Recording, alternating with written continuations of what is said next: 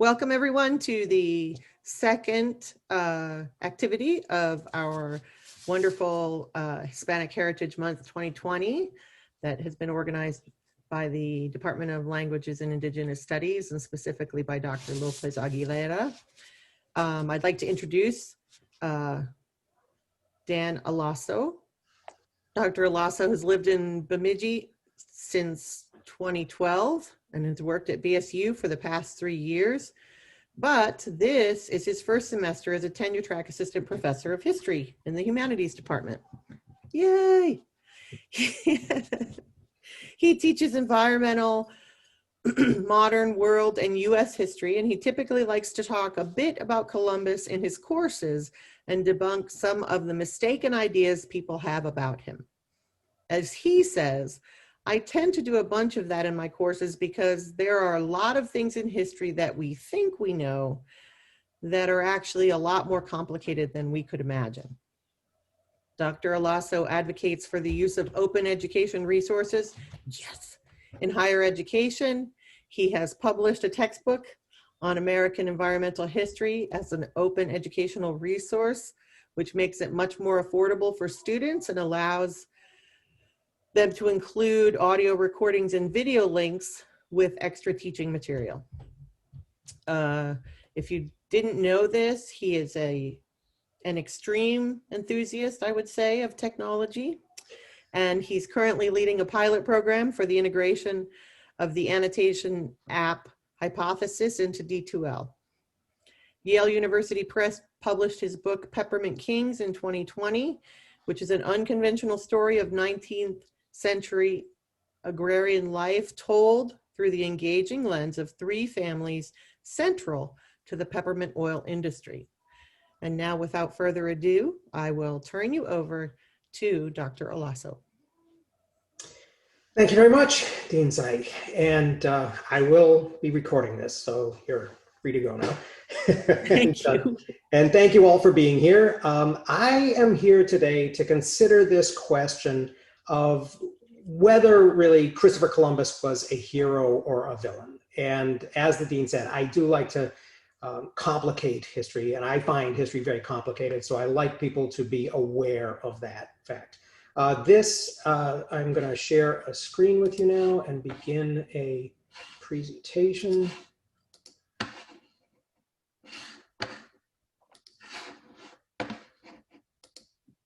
So you should be seeing my presentation now. This is a famous painting of Christopher Columbus's landing in the New World, painted in 1847 by John Vanderlyn, an American, for the rotunda of the US Capitol building. And it celebrates the discoverer of America as he lays claim to the land for Spain. He threw down his hat on the ground in front of him because it's such a solemn moment. And you can see some of his crew in the background scrabbling for gold in the sand of the beach. You can also see, if you're looking closely behind to the right, the naked natives cowering in the trees. Right? So Columbus has become really a mythical character for us and a symbol. So, and perhaps he's more interesting as a symbol than he is as a real person.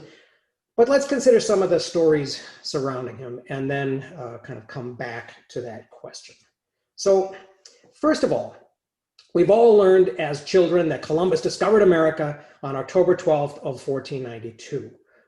What we may not have learned is that Columbus was not the first European who was aware that there was something on the other side of the Atlantic Ocean. This is a painting called Summer on the Greenland Coast, circa the year 1000, painted by I.E.C. Rasmussen around 1890. And it sort of suggests the danger of crossing the North Atlantic in small ships and the tenacity of the Vikings who did so and who sailed in these frigid Arctic waters.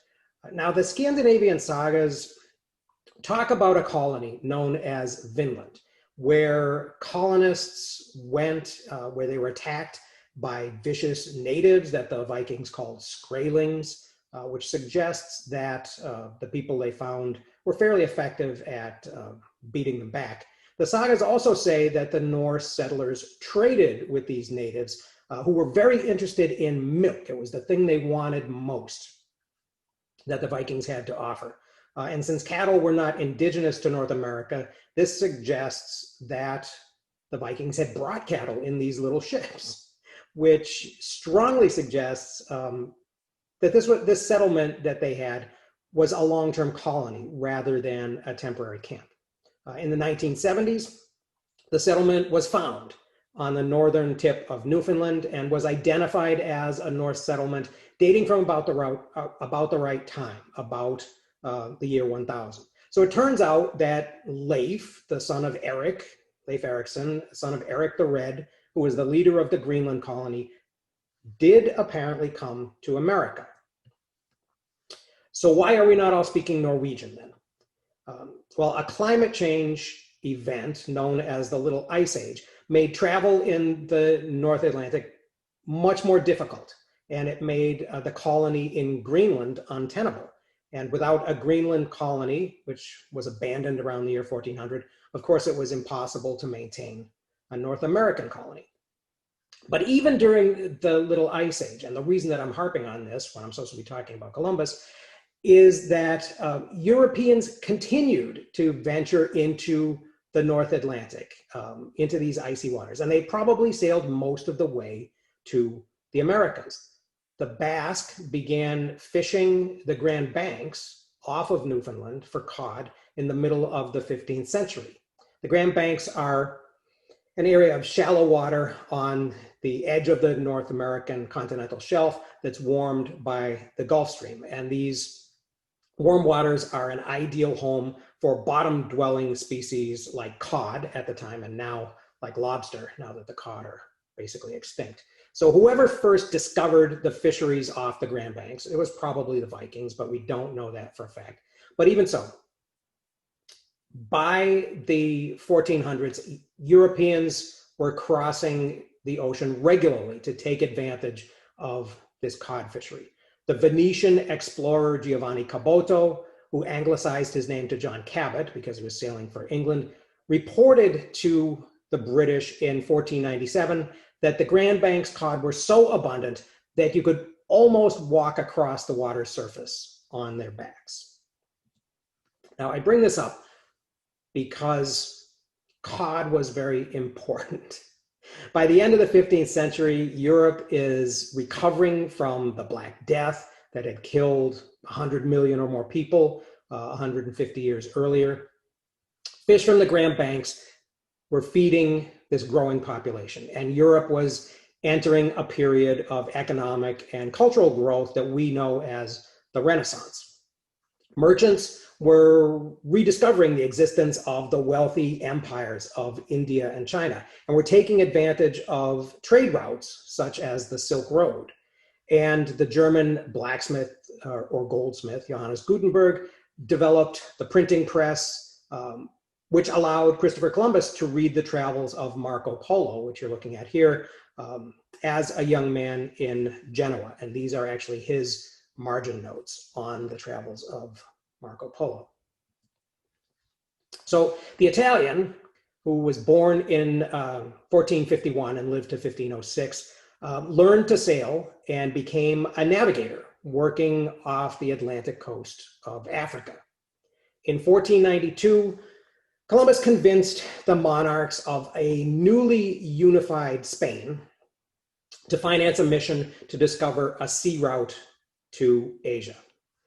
King Ferdinand of Aragon and Queen Isabella of Castile had just combined their kingdoms and their armies and just completed the Reconquista, the reconquest of the Iberian Peninsula, which they had been fighting for nearly 800 years to try to drive the Muslims, who they called the Moors, out of the territory that they believed was theirs, and they were reclaiming it for Christendom. So Ferdinand and Isabella were his patrons, not the Portuguese, who he approached first, because Bartolomeo Diaz had already discovered a route to Asia beneath the bottom of Africa. So Until their defeat as a part of the Spanish Armada in 1588, Portugal was a North Atlantic naval power. And in the early 1480s, Christopher Columbus had been a sailor on the West African coast, where he regularly visited Portuguese ports like the trading post at Elmina. Columbus's home base was Lisbon, and his wife was Filipa Moniz Penestrela, who was the daughter of the Portuguese governor of Porto Santo, which was an island off the Atlantic coast of North Africa. So it's very possible that Columbus first heard of the New World from Portuguese sailors retelling the stories of Basque fishermen. The Portuguese were also very interested in cod, of course. Cod is, bacalhau is their national dish. So although nowadays they get their cod fish from Norway rather than from the Grand Banks. So this is a map drawn by probably Bartolomeo, and the brother of Christopher, in his workshop, which he had in Lisbon.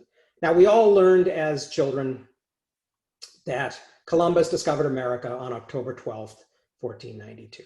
And in recent years, of course, some historians have begun retelling this traditional story of European exploration with an emphasis on the brutality of groups like the conquistadors.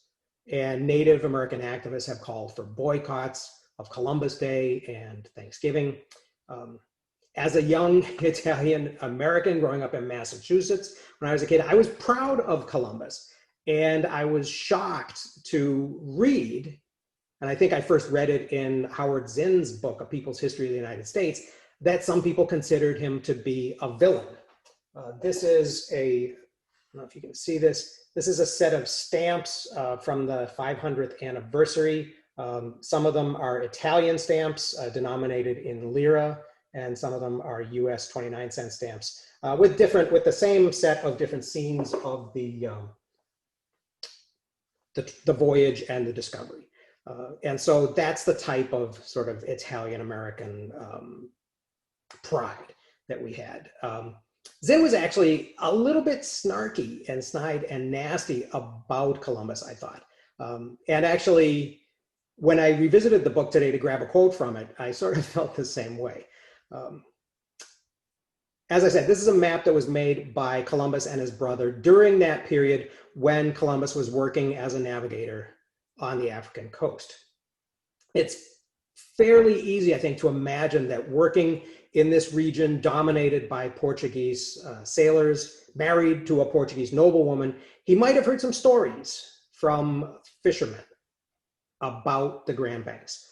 Indeed, it would kind of support the claim that's been made by other historians that Columbus, everybody knew the world was round. So that story was a myth. But the story that historians have been telling is that Columbus inaccurately believed that the world was much smaller than it actually was. And it sort of makes sense if you put two and two together, that if he was aware that people sailed about 2 months to the west of Lisbon and found land, that may have influenced his estimates of how big the world was, if he thought that what they were finding was Asia. And to be clear, Columbus would never have made it to Asia, the earth being as large as it actually is, had North America not been in the way. He would have run out of fresh water long before he ran out of food, and he probably would have died about halfway. But it seems clear that he knew that sailors had made a trip safely to land across the Atlantic and had returned safely. And so that probably influenced his plans. Even so, it did take a couple of months to cross the Atlantic Ocean. Columbus set sail from Spain on August 3rd of 1492, and he arrived in the Caribbean in October. He explored until late December, when his flagship, the Santa Maria, ran aground on Hispaniola on December 25th and had to be abandoned. He got permission from the local chief and left 39 of his sailors behind in a settlement that he named La Navidad because it was Christmas. There wasn't enough room on the 2 remaining ships to take the cargo that he wanted and all of the people. He returned to Europe with the 2 ships that he had left, with a few captive natives, with some gold, and with specimens of native species, including turkeys and pineapple and tobacco. When he arrived in Barcelona in mid-March, Columbus was celebrated as a hero.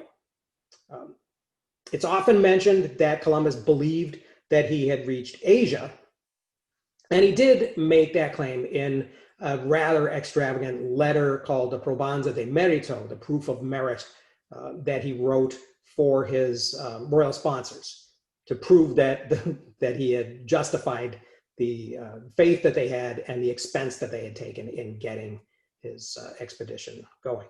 He really wanted to be sent back again. Columbus wrote, "Hispaniola is a miracle, both fertile and beautiful. The harbors are unbelievably good, and there are many wide rivers, the majority of which contain gold." He was really interested in that gold. Whether or not Columbus understood that he was reporting on previously unknown lands, he definitely got people excited about the places that he had visited. And of course, relatively soon after that, other people like Amerigo Vespucci went and realized that it was a new place. And so Vespucci wrote a book in 1502 called Mundus Novus, which is Latin for New World, and he coined that term. Columbus's first impression of the natives, according to his diary, was this. He said, "They brought us parrots and balls of cotton and spears and many other things, which they exchanged for the glass beads and hawksbells. They willingly traded everything they owned. They were well built with good bodies and handsome features. They do not bear arms and do not know them, for I showed them a sword, and they took it by the edge and cut themselves out of ignorance. They have no iron. Their spears are made of cane. They would make fine servants. With 50 men, we could subjugate them all and make them do whatever we want." So that is the beginning of the problem, right?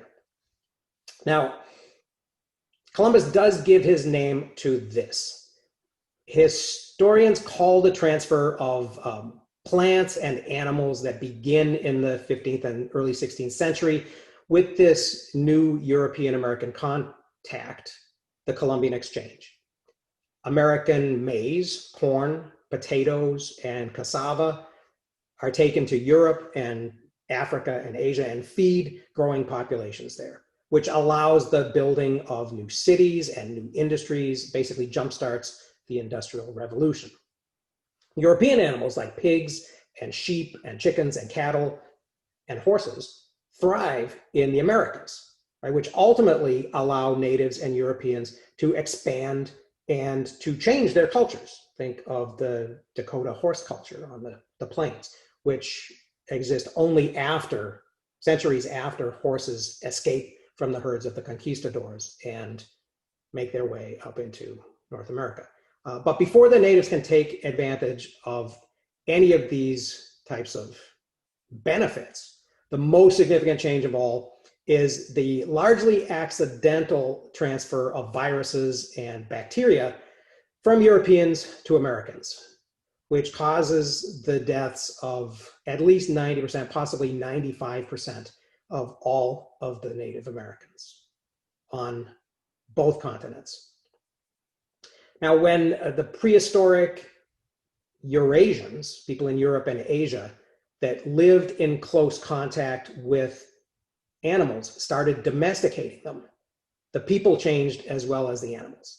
Most of humanity's major diseases originate with animals and have crossed into the human population from the domesticated animal populations, right? So whooping cough and influenza come from pigs.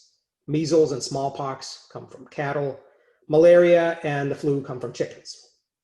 The people who domesticated these species around 15,000, beginning about 15,000 years ago, lived with these animals for generations and co-evolved with them. Diseases became survivable when people developed antibodies and inherited immunities. And without this inherited protection, even routine childhood diseases like chickenpox are fatal. And that was exactly what happened, of course, in the Americas. Native Americans had no domesticated animals, so they had no inherited immunities. Even diseases that were no longer that much of a problem for Europeans killed millions in the Americas. The Eurasian diseases that attacked native populations included smallpox, measles, chickenpox, influenza, typhus, cholera, typhoid, diphtheria, bubonic plague, scarlet fever, whooping cough, and malaria. So the impact of these Eurasian diseases on the Americans is basically human history's most severe population crisis. Even the Black Death didn't kill as large a percentage of the European population as the Columbian Exchange did the American population. For example, there were probably 1 million people or more living on the Caribbean island of Hispaniola in 1492 when Columbus left his 39 contagious sailors at La Navidad. By 1548, there were only 500 natives left. The populations of the other Caribbean islands were similarly wiped out. Cuba had over 1 million people. It went to 0 in a generation. Whole civilizations, the whole Taino civilization basically disappeared, which is not only a cultural tragedy, but it began a cycle of violence that became central to American history. The Spanish and the Portuguese wanted to put these natives to work on sugar plantations and in silver mines, right? And when there were no longer any natives left to work for the Europeans, African slaves became crucial for the survival of these new colonial economies.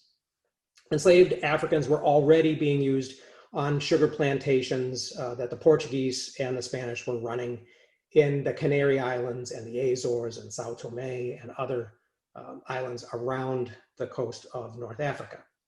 So it was only natural for them to begin shipping slaves to the new plantations in the Caribbean and then in Brazil.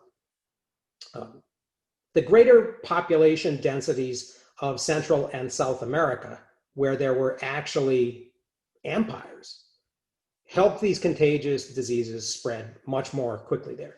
Heavily traveled roads in central Mexico actually spread disease beyond the areas that were reached by the Spanish explorers. Cities were wiped out that had never even seen a white man. The population of the Aztec heartland dropped from 25 million on the eve of Spanish conquest in 1519 to just under 17 million a decade later. That means that 1 out of every 3 people died in just 10 years. After another decade, the Aztec population was reduced to about 6 million. So 3 out of 4 people in the Aztec world disappeared in 20 years. Imagine writing a list of all of the people you know and then just randomly crossing off 3 out of every 4 names. By 1580, the Aztec heartland was hollowed out to less than 2 million people from a starting point of 25 million. Right? You're down to 1 name on your list of friends.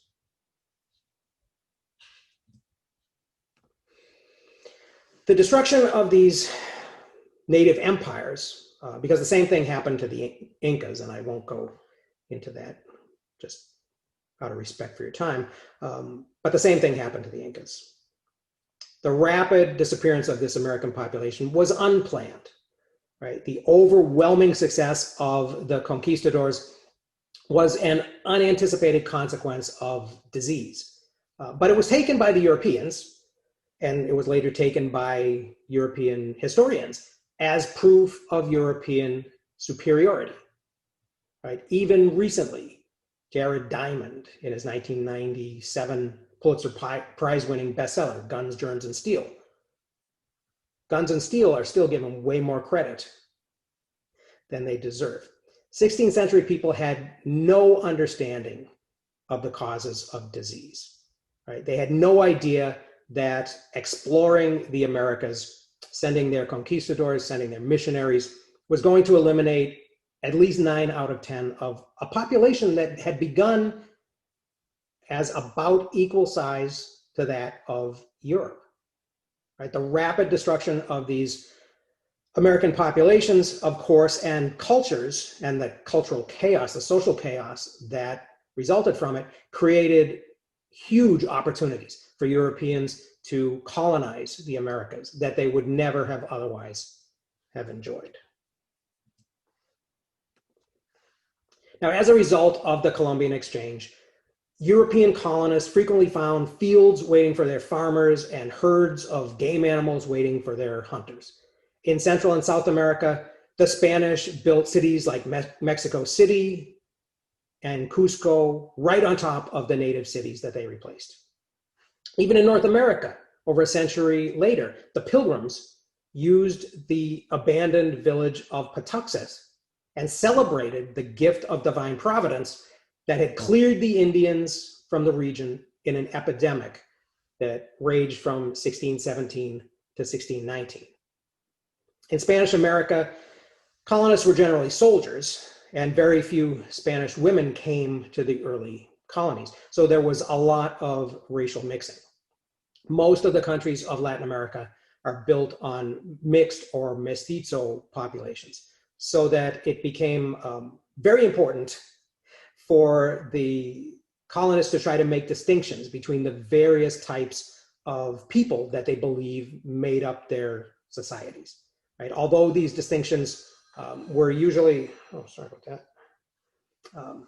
were usually initially used to uphold the power of the people on top, the people with pure Spanish blood. In the long run, these Euro-American populations, of course, develop strong ethnic identities and contribute quite a bit to the cultures of the nations that come out of this.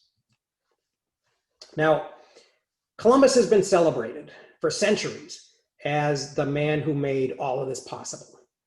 This big building here with the little statue of Columbus in the center is the Faro a Colón, the Columbus Lighthouse that was commissioned for the 500th anniversary of his arrival in the Dominican Republic.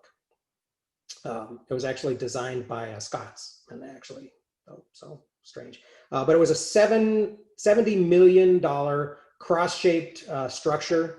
It claims to be a mausoleum, but the DNA of Columbus in the grave in Seville has been verified. So this, although it claims to be a mausoleum, doesn't have Columbus's remains in it. The lights of this lighthouse monument are so bright that you can see them from Puerto Rico. And then the statue in the little photo in the inset there is, of course, Columbus in a Columbus Circle in New York City. So as we look at these things, what I would ask is, what is it that we're commemorating when we build these types of monuments? More recently, of course, and especially after the murder of George Floyd, Columbus statues and monuments have been the targets of the same types of resistance as Confederate statues in the US South. 2 statues of Columbus in Chicago's parks were taken down in July. And in June, AIM members knocked Columbus off his pedestal. That's him with his nose to the pavement there in St. Paul. Is this justified? People gave Columbus undue credit for 5 centuries. Now maybe they're giving him undue blame. But the question, I guess, that I would ask, and we can discuss this in a minute or two, is one of those things more problematic than the other? Is it helpful, though, to encourage people to take sides in a binary question? Like, is Columbus a heroic discoverer or a genocidal invader? Even if Columbus is standing in and symbolizing the Spanish Empire that he was working for, or symbolizing Europeans in general who came and took advantage of the Americas, or symbolizing imperialism in general. Is this useful? Now, sometimes it can be cathartic to take a symbolic action. So maybe the protests like these that are defacing the statues and knocking them down and cutting their heads off and all of these things, maybe these are helpful given the state of our society today. I'm not a social psychologist, so I can't really say. I do wonder, though, about the motivations of people who take offense and say they're personally triggered by these protests. What element of Columbus's legacy are they trying to protect and hold on to? Personally, I'd like to think that appreciating Columbus doesn't have to be a celebration of all that death. Maybe it can be about the idea of sailing out onto an unknown ocean beyond sight of land based just on a hunch that you're going to find something on the other side. It's very difficult. We can't easily imagine what it was like to do something like that. Just as we can't imagine what it was like for the natives of the Americas to watch all of their people and their cultures disappear. There's so much in the past that we can't really experience anything remotely like. Right? Sometimes we're just forced to try to imagine what it was like living in that foreign country. So I'm not sure whether I think Columbus was a hero or a villain. It's probably more accurate to say that he was both, right? And then, maybe to go beyond that and to try to talk more accurately about the past in the future. So thank you very much. I will now take questions or encourage comments and discussion.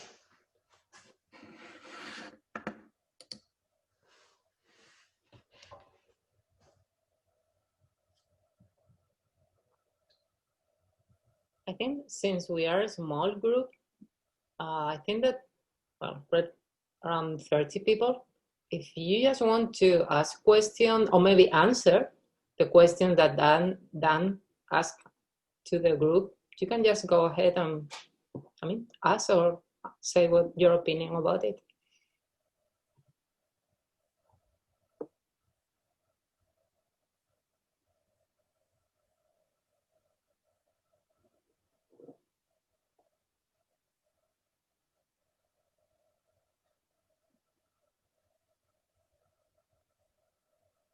I should put a timer on this. Yeah, I usually give my students 10 seconds, and I call it the 10-second rule. Christian, you said dogs. That was back when you were mentioning about domesticated animals, like that in the Americas there had been no domesticated animals, and I was pretty sure dogs had been a domesticated part of the group. So I was curious if there were any zoonotic diseases that made their way through our populations, but I realized that dogs had been domesticated long before the proposed transfer of peoples from Eurasia over to the Americas. So I don't know if that had any effect on it, but. Right. Yeah, I believe that is the case. I think that as I understand the latest archaeological and anthropological opinions, it seems that dogs were domesticated probably 20,000 plus years ago, which would have been in time for them to have come across Beringia with the people who came to North America. And again, I'm going with the majority opinion that it was Asians coming across Beringia who are the ancestors of Native Americans. But again, that seems, based on DNA, that seems to be the most tenable explanation. So yeah, they would have been the only people, they would have been the only animals that would have been domesticated in time to come along. And in any case, the people who came across apparently were living in that area that's now Siberia and Alaska and in between, and what was Beringia, from 30,000 or more years ago. There are archaeological sites on both sides that date to 25,000 plus, up to 29, 30,000 years ago. So they were, of course, hunter-gatherers, not pastoralists or anything like that, right? So it would have been dogs that they would have taken with them. But that doesn't, yeah, that's an issue, and Beringia is a thing that I'm very interested in. I'm always sort of harping on Beringia as having been a place. But any other thoughts about Columbus? Kenneth. Hi, Dan. My name's Kathy, and I'm from the math department. Hi, And I remember reading when I was a young college student In the American Grain by William Carlos Williams. I don't know if you're familiar with that literary work, but it was the first time I had seen Columbus characterized as villainous. And I wonder if you have any experience to judge whether or not the way history is being taught has changed much since I was in high school.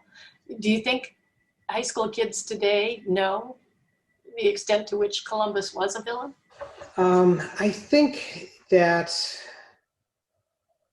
as I said, I was shocked, and I must have been a little bit beyond high school, but it was quite a while ago when I first encountered Howard Zinn. And he also sort of attributed kind of very malign intent to Columbus. And I think that is, in a sense, it's kind of the pendulum swinging the other way. But, you know, it doesn't, to me, it doesn't strike me as conclusively proven that, you know, that Columbus wanted people to be as poorly treated as they were.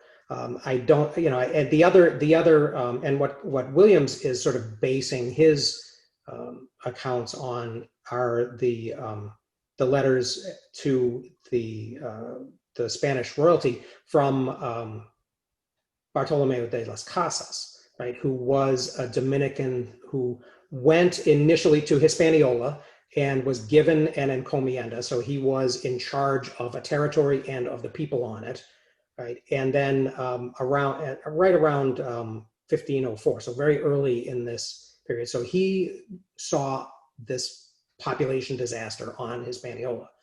And it was so bad that by 1514, he renounced the encomienda and he started writing against this. And he's sort of the origin of what's become known as the Black Legend in Spanish history, right? This idea that the Spanish were horrible, right? And of course, the enemies of Spain in Europe, the Protestants, especially the British and others, grabbed onto this, and you know, and as a way, partially of justifying their own imperialism and their own idea that we're going to go over and we're going to do it better.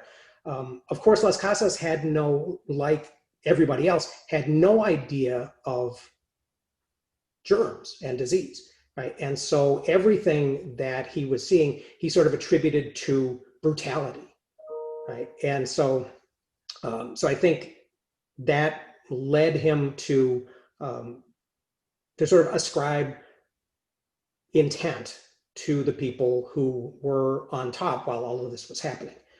And I think that that Williams and definitely Zinn kind of grabs hold of this. Zinn, actually, I was surprised when I went back after having gone through grad school and everything, doesn't take any account of the Columbian Exchange, of the whole disease element in it. And he's still, you know, I mean, he wrote A People's History a long, long time, 35, 40 years ago. And he was still really kind of focusing on the brutality and on the, you know, and on the nastiness and evil that, you know, that he was sort of ascribing to these people. So I think there's, yeah, I think there's a bit of that. I think that's, it's difficult because it gets more complicated when these people are not necessarily perpetrators, although they are opportunists, right? And they are taking every advantage that that they get, and often in many cases they are celebrating it as a gift of God, right? So that gets very complicated and weird as well.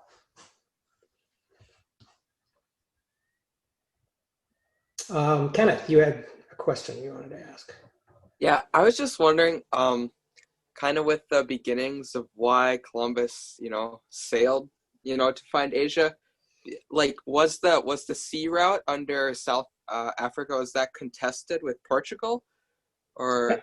Portugal controlled it, yeah. And the reason that people were looking actually at this time was, of course, the Mongol Empire had sort of fallen apart, and so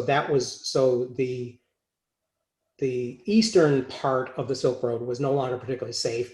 And then the western part was dominated by really the Muslim empires, right? And especially the Ottomans, right? In Baghdad and Cairo, which were the main markets where the Silk Road basically ended. They were the terminal points. And so the Ottomans were getting such huge duties on, and taxes on all of the goods that flowed, that it was, that the Europeans really wanted to find a way to avoid that. And that was kind of a monopolistic choke point. And so they need to break through that. In addition to that, you said that you put up the proposition that Columbus had a notion that there was some, continent out there. And did you say he got that from Basque fishermen who went up to the Canadian Bay? Yeah, well, the Basques, it seems, followed the Vikings. The Vikings were, of course, out there fishing on the Grand Banks, which were right by where their colony was, from about 900 or 1000 on. And then during the Little Ice Age, the Basques seem to have kept going there. And the thing about the way cod is fished is that, it's fished close to shore, and then you go on shore and you salt it and you put it on drying racks and you dry it out before you stuff it into your hold and take it back, right? So they would have been on the land, right? They weren't fishing out of sight of land in the first place, but then they were landing, they were drying their fish, and for however long that took, and then they were, filling their water casks and heading back to Europe. So it seems to me that that Columbus probably heard that from Portuguese, who heard it from Basques, or who were already going over there themselves, right? And so as a result, he knew that you could sail for 2 months and get somewhere, right? And I think, and I'm sort of, this is my own theory, I'm sort of putting 2 and 2 together here, but I think that he used that data to revise his estimate on how big the globe was and say, well, okay, if you sail around, you're going to get to the other side of Asia. So that's what he expected to find there. Didn't know that there was a continent or a pair of continents there, didn't know about the Pacific Ocean at all. Europeans didn't know about the Pacific Ocean until Magellan, really. All right, thank you. Yep.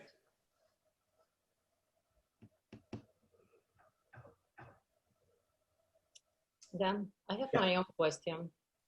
I'm sorry? I have my own question about the Italian community in the US and how it has influenced this idea or myth about Columbus, because I think that's very specific of the United States. Yeah, I think probably. The Italian American community is fairly large, right? It's probably 15 million or so, and and sort of concentrated in places like New England, so really, I think celebrated Columbus, in the same ways that they celebrated, that Italian communities celebrated the saints, right? And I remember growing up, I would go, to the north end of Boston, and we would see You see the parades of the saints and all that stuff that you see in The Godfather. Um, and so there was kind of a nostalgia about that, and kind of a cultural pride element to that I think made us. I mean, Massachusetts, I think, was really hung on quite a bit to the whole idea of celebrating Columbus Day and making it an actual state holiday and things like that. So yeah, I think that there has been a strong kind of sense of cultural pride about that.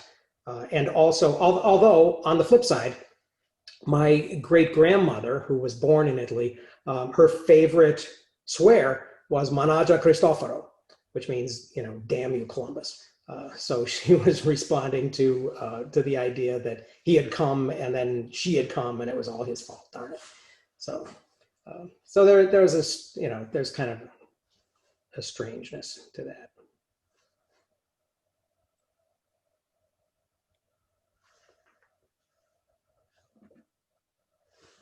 Any other question, comments? Has there been much speculation about, it's, I mean, as history has unfolded, like you said, the germ warfare that preceded the rest of the expansion really, I mean, it just opened the door completely and laid out rolled out the red carpet essentially for colonialization. An unintended consequence of that. Has there been much speculation on what? I mean, it's just more fun to hypothesize what would history have been like had there not been such a decimation of germs? And we as Europeans coming in contact with two full continents, fully loaded with people and functioning societies, more or less functioning as well and as poorly as their own, as they that they encountered. What would that have looked like? And so I don't know. I think it's just more fun to speculate what would that have been like if we hadn't had the germs involved. Yeah, I agree. I think it's because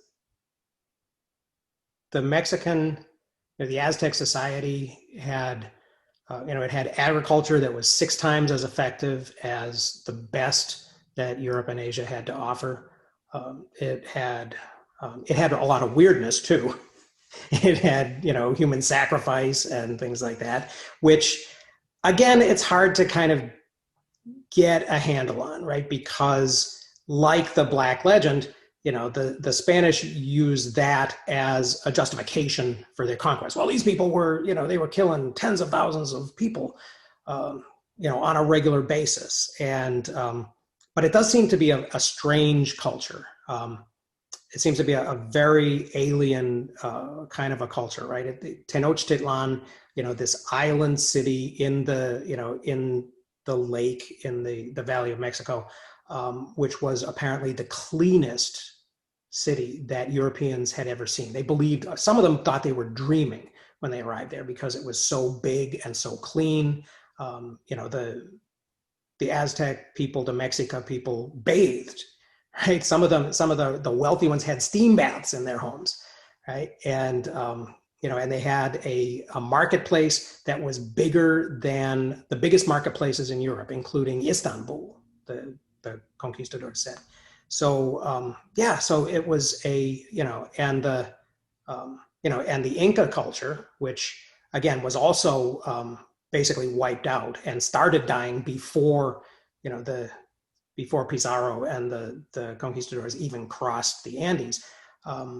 They had building technologies, right? They were building, these stone cities on the tops of mountains, and so it would have been quite a different, and probably a more interesting place had these people not all died off. One of the other things that Zinn kind of gets wrong is he sort of ascribes, he doesn't say it outright, but he sort of implies that there's some germ warfare going on, which I haven't seen evidence of that until we get to, like Jeffrey Amherst, right, who did say, let's put smallpox on blankets and give it to the natives. And for that, he became, the first Baron Amherst. So, yeah, up until that point, it seems to be all just opportunism.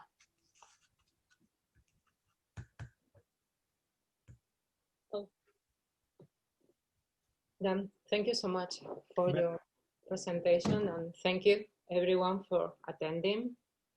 It was very interesting. Thank you so much. You bet. Thank you. See you soon. And yeah, sorry, Dan was recording, so if you want to explain how you will upload it to MySpace. Yeah, I will be posting it, and I'll send you a link to it, Anna, and then you can put a fax staff up or something if you want. Okay. All right. Thanks very much. Thank you. Take care, everybody. Mhm.